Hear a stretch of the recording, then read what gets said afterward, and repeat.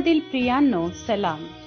विश्ववाणी परिवाराकडून आम्ही मार्गाकरिता प्रकाश कार्यक्रमात आपले सहर्ष स्वागत करीत आहोत. या नंबरवर प्रार्थना करण्यास उपलब्ध आहोत. धन्यवाद. आत्म्या हृदयी तू ये, पवित्रता तुझी तू दे, क्षमा तू कर मला, लागू दे तुझा लळा. हो हो हो, क्षमा तू कर मला, लागू दे तुझा लळा. अनुग्रह मजला पाहिजे, सामर्थ्य मजला पाहिजे, अनुग्रह मजला पाहिजे, सामर्थ्य मजला पाहिजे.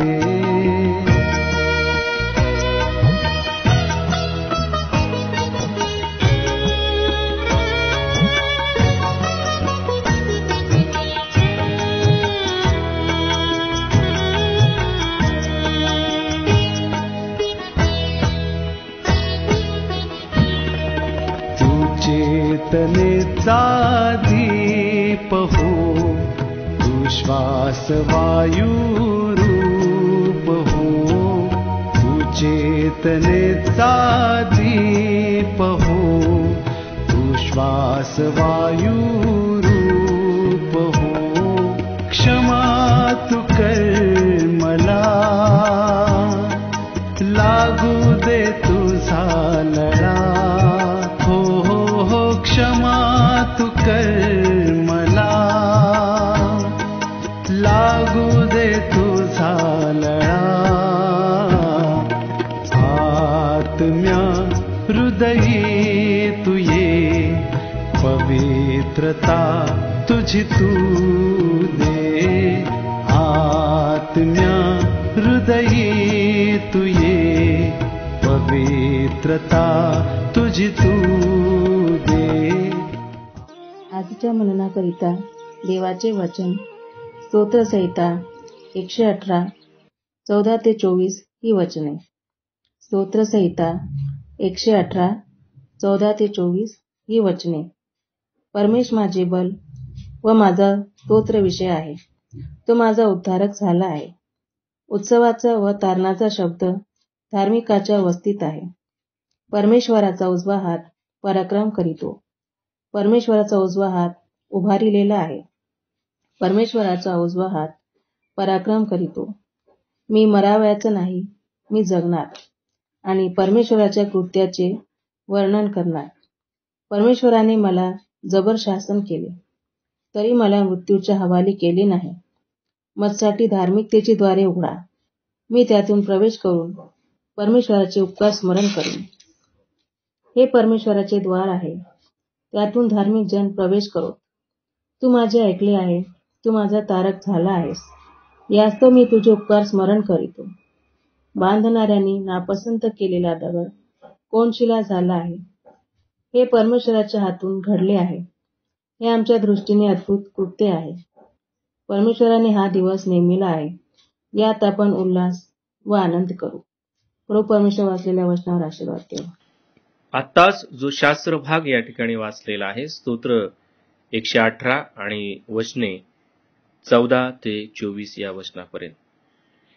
या स्तोत्राचं जे हेडिंग आहे, परमेश्वराने केलेल्या तारणाबद्दल उपकार स्तुती.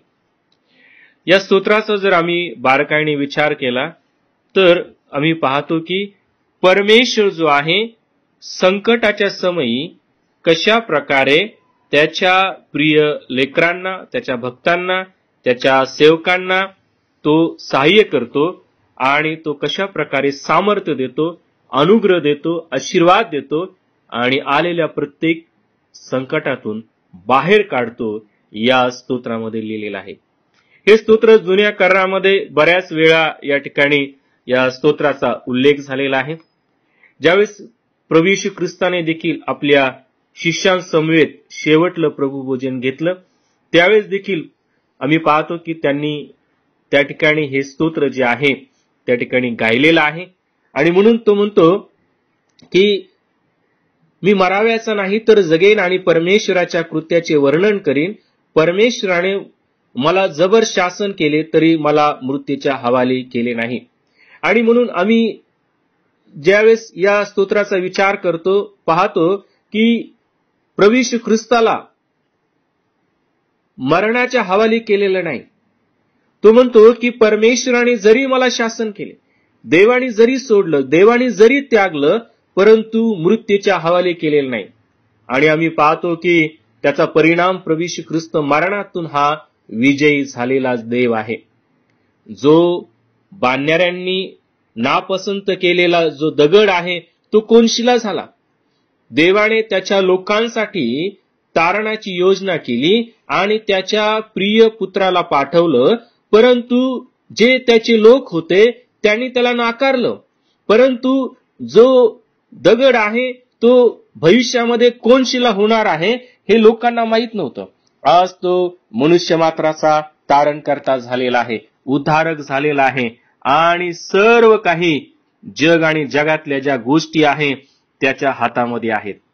तो मनुष्य मात्राचा उद्धारक देव आहे. आणि म्हणून कधी आमच्याही जीवनामध्ये अनेक असे प्रसंग उद्भवतात, येतात, कठीण परिस्थितीमधून आम्ही जातो. तर त्या प्रत्येक समयामध्ये ज्यावेळेस देव आम्हाला सहाय्य करतो त्यावेळेस आम्ही त्या तारणाऱ्याला धन्यवाद देणं, त्याचे आभार मानणं आज आमच्यासाठी खूप महत्वाचं आणि अगत्याचं आहे. आणि म्हणून त्या जिवंत देवाला धन्यवाद देऊया, त्या तारणाऱ्या जिवंत देवाची स्तुती करूया. या आपण प्रार्थना करूया. प्रिय प्रभू, आम्ही तुझी स्तुती करतो, तुझं गौरव करतो, कारण तू चांगला आहेस आणि तू आमचा उत्तम मेंढपाळ आहेस. खरोखर प्रभू दैबाप्पा, तुझी दया आम्हावरती सनातन आहे आणि दैबाप्पा तू आमच्यावरती नित्य आणि नेहमी प्रेम करतोस.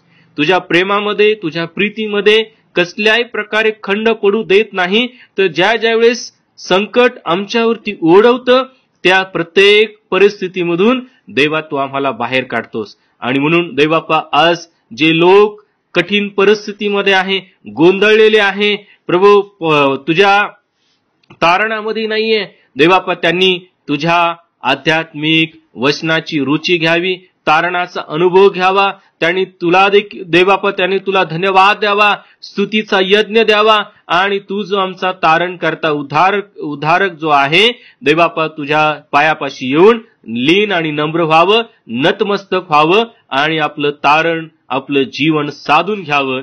यासाठी आम्ही देवाप्पा तुझ्याजवळ प्रार्थना आणि विनंती करतो. आजचा संपूर्ण दिवस आणि वेळ, क्षण सर्व काही तुझ्या स्वाधीन अधीन करून तारणाऱ्या प्रिय प्रभू येशूच्या प्रिय आणि गोड नावामध्ये ही लहानशी विनंती करतो, म्हणून तो ऐक. आमेन. लागू दे तुझा लळा, हो हो हो क्षमा तू कर मला. लागू दे तुझा लळा, आत्म्या हृदयी तू ये. पवित्रता तुझी तू दे, आत्म्या हृदयी तू ये. पवित्रता तुझी तू दे, आत्म्या हृदयी तू ये. पवित्रता तुझी तू दे.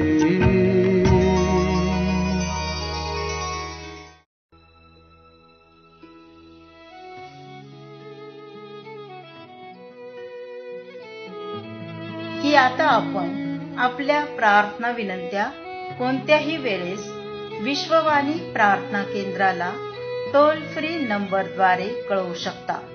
आमचा टोल फ्री नंबर 1-800-2700-333. आम्ही आपणासाठी या नंबरवर प्रार्थना करण्यास उपलब्ध आहोत. धन्यवाद.